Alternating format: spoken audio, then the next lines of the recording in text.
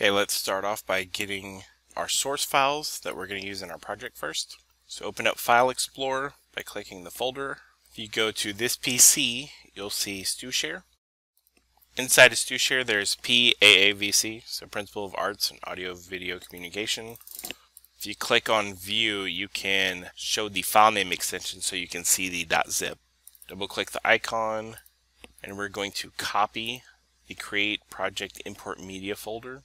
Then in Quick Access, I'm going to go to Google Drive File Stream, My Drive, and the video folder. If there's not a new video folder, go to File, New Folder, and name that folder Video. Then you can right click and paste, and it will begin copying all the files over. Once that's finished, we can go to Adobe Premiere, start a new project. I'm going to name it first Video Edit, and I want my location to be G:/my/drive/video. If yours already says this, then you can go ahead and click OK. If yours does not, then click Browse, go to Google Drive File Stream, My Drive, and open your video folder. And hit Select Folder, and it'll say G:/my/drive/video, and hit OK. By default, the Adobe Premiere interface looks something like this. There's 4 sections. There's the Project section, where you import your media. There's the Source section, which shows you the current clip you have selected.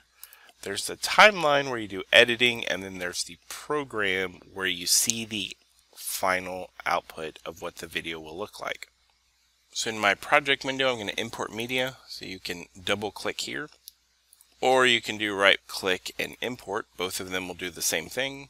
Go to the top, go to Google Drive File Stream, My Drive, then Video. Open the Create Project Import Media folder, the Media Files folder. I'm going to drag a box to select everything, or you can press Ctrl A and hit Open. Then we'll see we have a series of videos and 2 audio files added. I'm going to double click the first one to put it up into Source.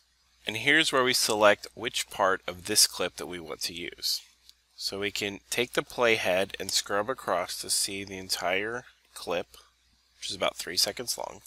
You can also play it to see what it looks like. You can go back 1 frame at a time or forward 1 frame at a time. Jump to the beginning of what you have selected or to the end of what you have selected. And here's where you can set your starting point and your ending point. So if I go to the beginning, select there, and go to the end and select Mark Out, then I will have the whole clip selected. You'll see this gray timeline where you have it selected. Since this is a video only clip, I don't want to drag the whole thing because that'll take the audio and the video, and there's no audio to take. So I'm going to take the video only icon and drag that down to my timeline. Now that I have something on the timeline, something will show up in my output. So then I'm going to go to my second video. I'm going to double click. Here's what this one looks like. This one's 8 seconds. So I'm going to set my starting point. I'm going to set my ending point, and I'm going to drag that video down, and here I'm going to put it right at the end of the first one so that it comes right after my first video. In my timeline, I can drag this circle to zoom out or zoom in, and here's the playhead so we can scrub through the video. Where my project was, I'm going to close the media browser, and I'm going to go to where the effects are. And then we want to do a video transition between our 2 clips. If we open up Dissolve, you'll see that Cross Dissolve currently has a blue box around it. And that's because that is currently the default transition. So if I go right between those 2 and I get this little red marker, I can right click and apply the default transition. Then I'm going to get a message that says Insufficient Media. This transition will contain repeated frames. So let's explain what that means. So right here, if we scrub through our video, we'll see our little cityscape, and then we'll see it transition into this video of a forest. Now you'll see the whole time here that this is moving, but right once we get to the cross dissolve, it stays still and it fades out motionless. And what it's doing is during that fade out, it's using the last frame repeatedly because we went from the very beginning of the clip to the very end of it. I'm going to go to the edge where I have the red icon pointing to the left, and I'm going to trim a little bit of it off. I can do the same thing with the green part. I'm going to trim a little bit of that off. Then when I apply the default transition, it's just going to do a normal cross dissolve. We didn't get the message, and you'll see here when it fades, the background is still moving. And the new video of the forest is also moving because it's using those extra frames from the source to apply that to the transition. So I'm going to cut off some of the end here so that my next transition can do the same thing. I'm going to go back to project, add in a third video clip. We'll see that there's audio levels whenever we scrub through it, but I'm going to ignore that and just take the video out of this. So I'm going to leave a little bit off the beginning, set the beginning, and I can cut a little bit off of the end as well. I'll drag that down here. And I'm going to go to effects, and we'll see that under video transitions there's a bunch of different types of effects. Do this a bunch of different ways. I'm going to apply my default transition, which is a cross dissolve, which looks like this. Dip to black means it will fade to black and then come back on the new clip. Feel free to use the transition effect that you like between each video clip. You can also drag this bar across the timeline if you need to go farther to the right or farther to the left. I also have two audio clips. So if I open the first one, play that and see I get some music in there. And the second one, this is my story of returning home, is some audio. I'm going to use the music clip instead of the voice narration. You can scrub through that and listen to it and pick out the piece that you want. Same thing, you hit the starting point, the ending point that you want, and this is not video, so you can't drag that, but you can drag the audio only. That's going to go under the video in these A sections, and then you move the audio to where you want it to line up. We'll see that I didn't grab quite enough audio, so I can actually drag this and move it over, and it will take the next part of the source audio and extend it out. So I'm going to make that match up with my video. And you could do the same thing with two pieces of audio with the video. You could go with them and apply a default transition. The default transition is a constant power fade.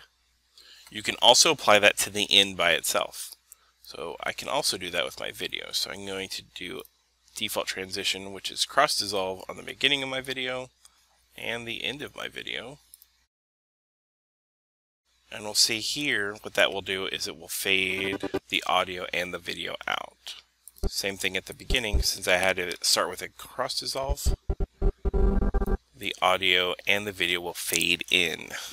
For your assignment, make sure you have 5 different video clips. Once we're finished, we'll go to File, Export, Media. We're going to get a whole bunch of settings come out. We want our format to be H.264. We're not going to put any effects on it. For video, I'm going to have it match the source, which is 1280 by 720. Under bitrate settings, we want to go with VBR. You can do 1 pass or 2 pass. 2 pass will give you slightly higher quality, but it will take a little bit longer. 10 and 12 is good for full 1080p video. Since this is 720, we're going to cut that in half. So I'm going to make this 5. I'm going to type in the number, and this one is 6. For audio, we want that to be AAC. Make sure it's 4800 Hertz. This was a stereo recording, so we're going to keep it in stereo output. And the bitrate is so much smaller than the video that it's not really that big of a deal. You probably won't notice much of a difference in the audio between 128 and 320, so if you want to save a little bit of space, you can go down to 128 and it still be fine. Multiplexer is going to be MP4. That is going to be the container that holds the audio and the video together. So once we're ready, we'll see that our estimated file size is about 15 megabytes. And up here at the top in blue, it has the output name. So I'm going to click on the blue link. By default, it'll be the same folder that your project was in, which is the video folder. I'm going to name that First Video Edit so that it's easy for me to find. Hit save, so now we'll see that that's going to be the output file. So when I hit export, it's going to start creating that. And since this is a relatively short video, it's not going to take it all that long to create. Once it finishes, I can open up my video folder Here's our output file.